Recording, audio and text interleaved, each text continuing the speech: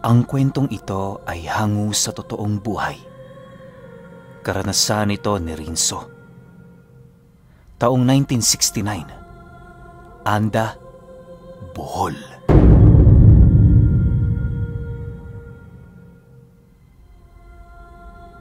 Itong mga panahong ito, kasalukuyang nagdadalang tao ang asawa ni Rinso.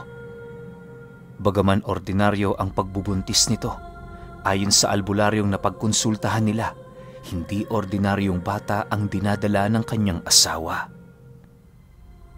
Naniniwala ang albularyo na may lahing angtan ng batang yon sa kadahilan ng purong kamalasan ang kanilang nararanasan magmula noong dinala ito ng kanyang asawa sa sinapupunan.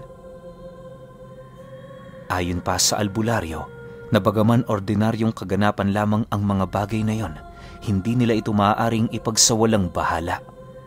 Gawa ng mas di hamak na mas makapangyarihan ng batang angtan. Bukod sa kaya nitong makapatay ng tao sa pamamagitan ng isipan, meron din yung abilidad kung saan kahit anong gawin mong pamamaraan sa paghahanap buhay, hindi ka nito pahihintulutang makauwi ng pagkain o kahit na makakain. Dagdag pa nito na napakamapanganib sa batang yon ang mamulat ng maaga sa karahasan, gawa ng maaaring yun na ang kanyang tatanganing pag-uugali hanggang siya ay tumanda. Asahan din nilang maraming bibisitang nilalang sa kanilang tahanan, gawa ng pinakapaborito ng mga aswang ang dugo ng isang sanggol na angtan. Matapos nilang mapag-alaman ng tungkol sa bagay na yon, maigi namang pinakinggan ni Rinso kung ano ang kinakailangan niyang gawin para maisalba ang anak nilang nasa sinapupunan ng kanyang asawa. Kahit nakakapangilabot na ang mga bagay na nalaman niya, nagpupumilit pa rin siyang maisalba ang bata, gawa ng para sa kanya, anak pa rin niya yon kahit papaano. Sa paglipas ng mga araw, halos doon na manirahan ang albularyo sa kanila. Maraming bagay din itong isinasalaysay sa kanilang mag-asawa, kagaya ng pagkakaroon ng dugo ng diwata ng mga angtan. Naniniwala din ang albularyong yon na lalapit na ang mga araw ng kanilang pakikibaka laban sa mga nilalang na nasa panig ng kaliwa. Nang dumating na sa puntong wala ng pagpipilian ng matanda, nagbigay ito ng abiso sa kanya ukol sa kinakailangan niyang gawin. Ayon dito, upang mailihis ang tadhana ng kanyang anak, kinakailangan niyang humingi ng gabay sa isang matandang lalaki na naninirahan sa bundok. Hindi ito isang ermitanyo, bagkus isa itong nilalang na nagbabantay ng mga kayamanang napapaloob sa isang malaking puno. Sabi-sabi ng mga matatanda sa kanilang lugar na ang lalaking yon naninirahan sa punong kanyang pinagbabantayan. Nagiging tandang na kulay puti ito tuwing gabi at ordinaryong matandang lalaki naman ito tuwing umaga. Hindi rin mahirap hanapin ang matandang yon sapagkat ang kinakailangan niya lamang gawin para matunto ng kinaroroonan nito, hanapin ang pinakamalaking puno na nakatayo sa gubat. Nang marinig ni Rinso ang salaysay ng albularyo, minabuti naman niyang magpalipas pa ng ilang araw bago umpisahan ang kanyang paglalakbay. Inabisuhan kasi siya nitong hindi niya kinakailangang magmadali sapagkat hindi biro ang paglalakbay niyang gagawin. Sa pagtungtong ng araw ng kanyang pag-alis, mariin naman siyang kinausap ng albularyo ukol sa mga paalalang nais ibahagi nito. Iho, makinig ka. Kapag kaharap mo ang matanda, magbigay galang ka. Ano man ang sasabihin mo, lagyan mo ng pagrerespeto sa kanya. Palagi mong isaalang-alang ang mga bagay na iyong sasabihin sapagkat unang-una, tayong may kailangan sa kanya. Huwag mong alalahanin ang mag-ina mo rito. Gagawin ko ang lahat ng aking makakaya para maprotektahan sila. Wika ng albularyo. Dagdag pa nito, 2 araw lamang ang ibibigay niyang palugit kay Rinso para makuha ang pakay nito sa matandang nagbabantay, ng malaking puno. Matapos ang kanilang pag-uusap, umalis na nga itong si Rinso. Sa paglabas niya ng kanilang tahanan, laking gulat na lamang niya nang bumungad sa kanyang mga mata ang mga panauhing animoy nagmamasid sa ibayong parte ng daan na naroon sa harap ng bahay nila. Tulalang nakatitig ang mga nilalang na yon sa kanilang tahanan na parabang meron itong iniisip na malalim. Dahil sa wala naman siyang kaide-ideya kung sino ang mga panauhing yon, minabuti na lamang niyang dumaan ng hindi umiimik. Subalit ng ilang metro na lamang ang layo niya sa mga nilalang, bahagya naman siyang natigilan nang marinig niya ang iilan sa mga ito na parabang nag-uusal. Habang pinakikinggan niya ang mga tinig na yon, nakakaramdam siya ng pagbigat ng kanyang katawan at hindi maipaliwanag na takot. Sa paglayo niya sa mga ito, may naramdaman siyang humawak sa kanyang balikat habang bumubulong ng, "Hindi magandang ideya ang pagpunta mo sa bantay ng puno."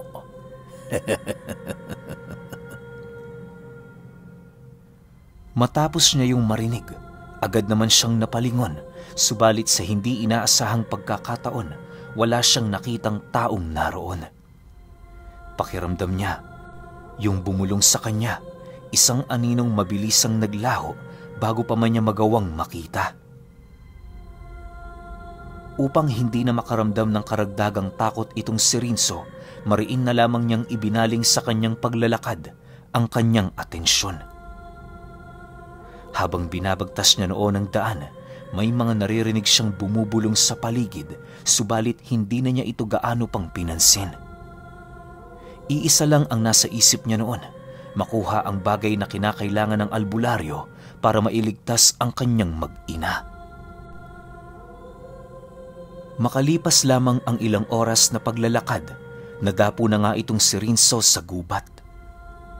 Bago niya ipagpatuloy ang pagpasok sa loob nito, minabuti niyang hanapin na muna ang nasabing puno. Bagaman ordinaryong tao itong si Rinso, na walang kaalam-alam pagdating sa mga lihim na karunungan, pinili niya pa ring maniwala sa albularyo. Ni bakod sa katawan ay wala siyang baon noon. Ang tanging dala niya lang, pagtitiwala sa kanyang ginagawa. Sa pagpapatuloy ng kanyang pagmamasid sa paligid, may nasipat siyang isang malaking puno na naroon sa kanyang harapan.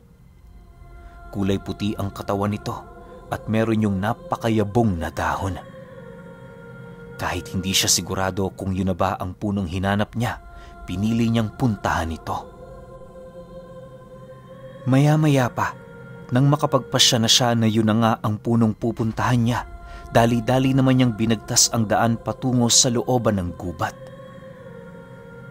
Sa pagpapatuloy ng kanyang paglalakad, wala siyang ibang nakikita kundi ang mga punong nagsisiksikan sa paligid.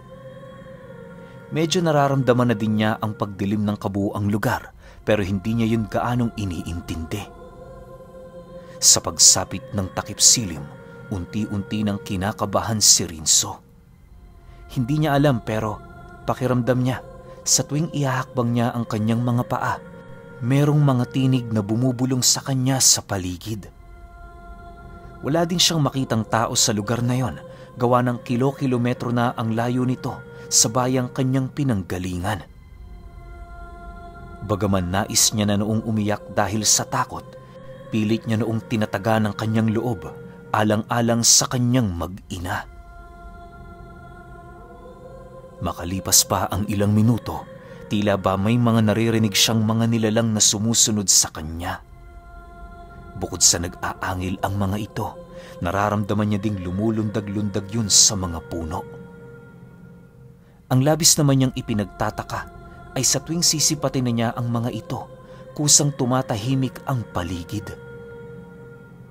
Matapos niyang mapagtanto na merong sumusunod sa kanya, mas lalo niya pang binilisan ang kanyang paglalakad.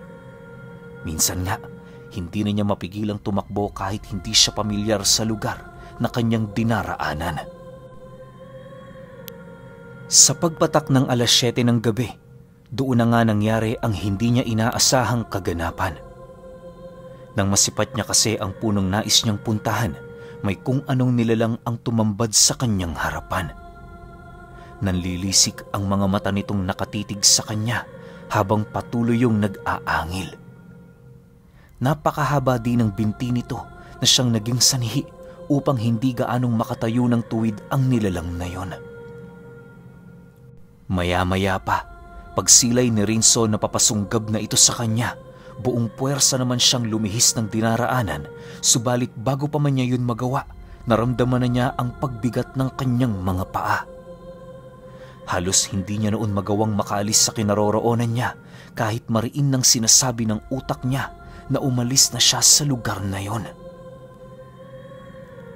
Maya-maya pa, nagawa na nga siyang malapitan ng nilalang at kasabay nito ang walang pagdadalawang isip nitong pagkagat sa kanyang 3 daliri. Halos kisap mata lang noon ang naging pagitan nang masipat ni Rinso ang pagkawala ng kanyang mga daliri sa kanyang kamay. Kahit hindi maipaliwanag na hapdi ang kanyang naramdaman noon, pinilit pa rin niyang magpakatatag upang hindi siya mawala ng ulirat. Nang makahanap siya ng pagkakataon para tumakas, dali-dali naman niya yung ginawa, subalit hindi ito sapat upang tuluyan siyang makalayo sa nilalang. Sa muling paghawak nito sa kanyang paa, doon na inakala ni Rinso na mamamatay na siya. Hindi niya na din kasi kayang kumapit sa lupa gamit ang kanyang 2 kamay dahil sa mga putol niyang daliring kasalukuyan niyang iniinda. Makalipas pa ang ilang minuto, para na siyang tuyong dahon na naghihintay na lamang sa nalalapit niyang pagkamatay. Medyo nanghihina na din noon ang kanyang katawan, gawa ng napakarami na niyang saksak sa dibdib at binti. Sa muling pagtarak ng aswang sa kanyang tiyan, tanging pag-unat na lamang ang nagawa ni Rinso habang nakatitig sa puting puno.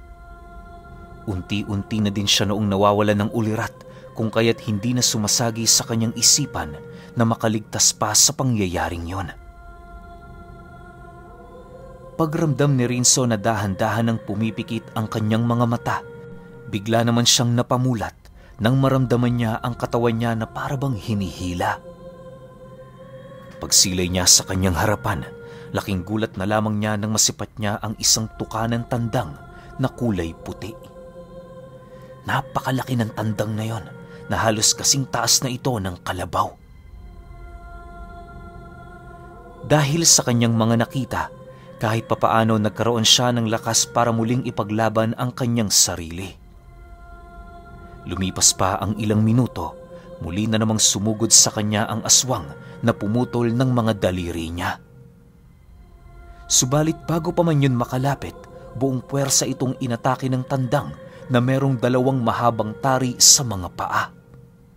Pagtama ng mga tari na yon sa katawan ng aswang, nagkagutay-gutay ang parte ng katawan nito na siyang naging sanhi upang tuluyan yung mamatay. Sa pagbalik ng katahimikan sa paligid, kitang-kita ni Rinso ang pagpapalit anyo ng tandang. Sa isang iglap, naging isa yung matandang uugod-ugod na halos hindi makalakad nang hindi hawak ang kanyang tungkod. Paglapit nito sa kanyang kinaroroonan, nakangisi naman yung tumitig sa kanya habang nagwiwika ng, "Ay, ano naman ang ginagawa ng binatang ito dito? Hindi mo ba alam, iho? Muntik ka nang mamatay dahil dyan sa pinaggagawa mo. Kung may problema ka, pag-usapan mo yan ng pamilya mo. Hindi yung maglalayas ka, tapos pupunta ka sa mga delikadong lugar kahit gabi na." Nang marinig ni Rinso ang sinabi nito, tanging pagtulo lang naman ng kanyang luha ang naging kasagutan niya sa matanda. Hanggat maaari, pinili niyang magpakatotoo, gawa ng napag-isip-isip niya na kung magsisinungaling siya sa matanda, maaaring hindi siya nito matulungan. Habang malalim niyang pinag-iisipan ng kanyang sasabihin, nananatiling tulala lang naman siya habang patuloy na nakatitig sa punong binabantayan ng matanda. Maya-maya pa, nang makalikom na siya ng lakas para magsalita, nanlulumong sumagot naman siya rito ng, "Hindi hong nagkataon ang pagtungo ko rito. Sa katunayan ho, Manong, kayo talaga ang pakay ko eh. Yung anak ko kasi, may pinagdaraan ng karamdaman. Ang sabi ng albularyo, kayo lang ho makakatulong sa kanya. Nagmamakaawa ho ako sa inyo. Tulungan niyo ho kami." Matapos itong marinig ng matanda, agad naman itong isinuksok sa kanyang bewang ang hawak niyang kutsilyo at kasabay nito ang pag-uumpisa nitong pagtanong kay Rinso. Nang mapag-alaman ng matanda ang karamdamang tinatangan ng kanilang anak, inilahad nito sa kanya na ang lahat ng pabor ay merong kabayaran. Upang maisakatuparan nito ang hinihiling ni Rinso, kinakailangan niyang isakripisyo ang kanyang kaliwang binti bilang kabayaran sa kanyang hinihingi. Nang marinig niya ang tungkol sa hangad na kapalit ng matanda, hindi na siya nagdalawang isip pang ialay dito ang kanyang binti. Mas pinili niyang maging baldado at hindi na mapakinabangan kung ang naghihintay na kapalit nito ay ang kabutihan para sa kanyang anak na isisilang pa lamang. Ang pinanghahawakan kasi noon ni Rinso ay ang sinabi ng albularyo ukol sa magiging tadhana ng kanyang anak kapag lumaki na ito. Mariin kasing inilahad ng albularyo sa kanya sino man ang nagtataglay ng dugo ng diwatang nagtatanga ng kamalasan habang buhay itong malulugmok sa kahirapan at pagsisisi. Isang buhay na impyerno para sa mga taong kahit anong gawin nilang paraan para umunlad ay masyado nang imposible. Dahil sa naging reaksyon ni Rinso sa mga bagay na inilahad ng matanda, kung kaya't labis namang naantig ang puso ng nilalang na yon. Imbis sana nakukunin nito ang binti niya, nagbago ang desisyon nito, gawa ng nasipat nito kung gaano kabuting ama si Rinso. Matapos ang kanilang pag-uusap, inabisuhan siya ng matanda na manatili sa kanyang kinaroroonan. Mariin itong pinaalala sa kanya, huwag siyang aapak sa mga ugat ng punong binabantayan nito dahil panigurado hindi na nito magagawa pang matupad ang kanyang pangako. Nang marinig naman yun ni Rinso, tanging pagtangulang naman ang kanyang nagawa habang pilit na tinitiis ang malalalim niyang sugat sa katawan. Makalipas pa ang ilang minuto, bumalik na nga ang matandang yon, dala-dala ang isang bungang kahoy na merong mapuputing mga ugat. Dali-dali yung isinilid ng matanda sa kanyang bulsa habang nananatiling tahimik. Matapos yung gawin ng matanda, ngumiti lang naman ito sa kanya habang nagwiwika ng, "Isa kang huwarang ama, iho. Naway dumami pa ang mga katulad mo." Matapos nitong makapagsalita, dahan-dahan naman yung naglaho sa kanyang paningin. Sa isang iglap, wala na siyang ibang nakita sa lugar kundi ang mga punong nagsisiksikan sa paligid. Unti-unti na din niyang nasisipat ang paglaho ng malaking punong binabantayan ng matanda, hudyat na magpapalit na ito ng lugar na titirhan. Sa pagkawala ng punong yon sa kanyang harapan, agad naman niyang binagtas ang daan pabalik ng kanilang tahanan. Bagaman nanginginig pa ang kanyang katawan sa takot, pinili niyang umuwi, alang-alang sa mag-ina niyang naghihintay ng kanyang dala. Makalipas lamang ang ilang oras na paglalakad, medyo nararamdaman na ni Rinso na parang naliligaw na siya. May mga pagkakataon ding nakakasilay siya ng mga kakaibang nilalang na naglalaro sa paligid, subalit hindi niya yun pinapansin. Maya-maya pa, laking gulat na lamang niya nang tumambad sa kanyang harapan ang isang ilog na hindi naman niya nadaanan. Medyo nagtataka na noon si Rinso, gawa ng ang buong akala niya walang tubig sa lugar na yon. Oo, malapit sila sa dagat, pero milya-milya naman ang layo ng lugar na kanyang pinuntahan. Dahil sa mga pangyayari, minabuti niyang tumigil pansamantala upang pakiramdaman ng buong paligid.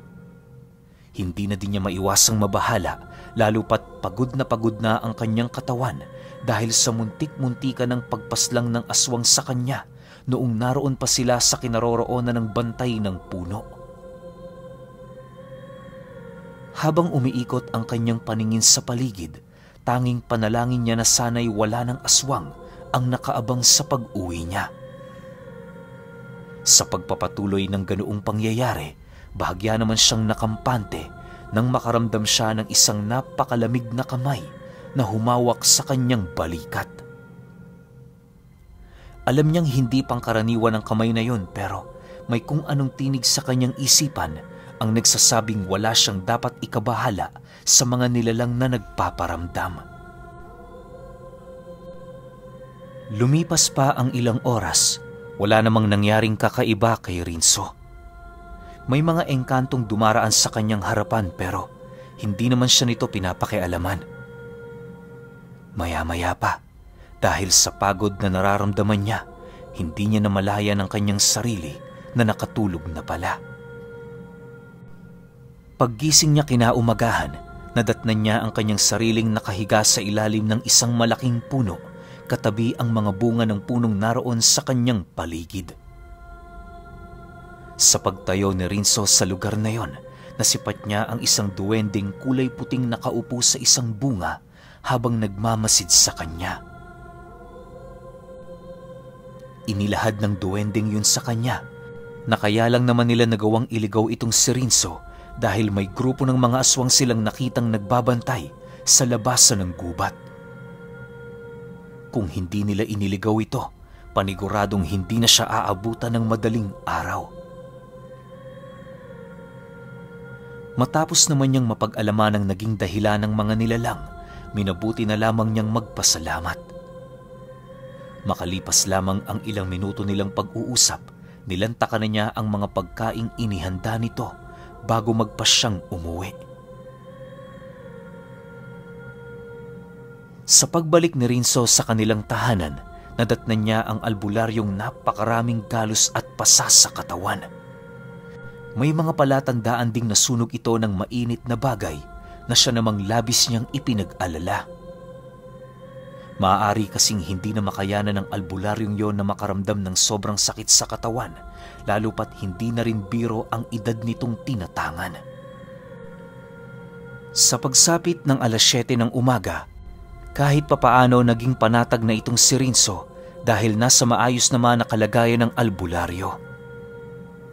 Bagaman marami din siyang natamong galos at pinsala sa katawan, minabuti niyang wag na muna itong pag-usapan, bagkus ay pagtuunan na muna nila ng pansin ang daladala niyang bagay na ibinigay ng bantay ng puno.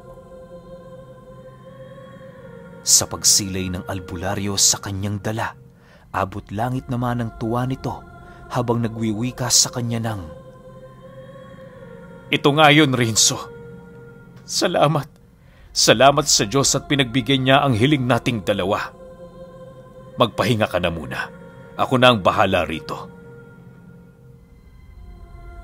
Matapos nitong makapag-wika, dinurog nito ang ibinigay na bunga ni Rinso at mabilisan niyong pinainom sa kanyang asawa.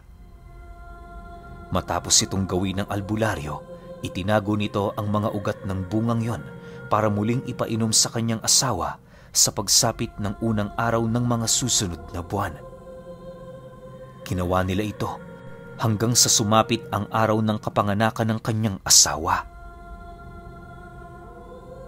Bagaman maraming pinagdaanan si Rinso at ang albularyo, kahit papaano natuwa naman sila lalo pat nagawa nilang mailigtas ang kanyang anak. Ayon sa albularyo, ang ibinigay na bunga ng matanda sa kanya ang magbibigay sa anak niya ng kakayahan upang mautusan ang kaluluwa ng diwata na nakipag-isa sa kanya. Kahit may bisa pa rin ang kamalasang tinatangan nito, hindi yun kusang makakaapekto hanggat hindi ito hinahangad ng kanyang anak. Sa madaling sabi, magiging mapanganib pa rin ang kanyang anak, pero sa mga tao lamang na makakagawa ng kasalanan dito. Nang mapag-alaman ni Rinso ang tungkol sa bagay na yon, medyo napanatag naman ang kanyang sarili. Ang tanging nasa isip na lamang niya noon para hindi maging salot ang kanyang anak, palakihin ito ng may takot sa Diyos at sa kanyang kapwa. Yun lamang ang naiisip niyang paraan upang hindi ito basta-bastang manumpa ng mga taong labis niyang kinagagalitan. Lumipas pa ang maraming taon, naging binatilyo na nga ang anak ni Rinso. Lahat ng masasamang gawin nito, pilit niya yung itinutuwid upang kahit wala na sila ng kanyang asawa sa piling nito, sigurado silang hindi ito maliligaw ng landas. Pero alam niyo ba, ayon kay Rinso, marami siyang nakikitang kakaiba sa anak niyang yon, subalit hindi na lamang niya ito gaanong pinapansin. Sa kadahilanang magmula noong bata pa ito, alam na niyang meron yung dugo ng isang diwata na kung tawagin ay ang Tan.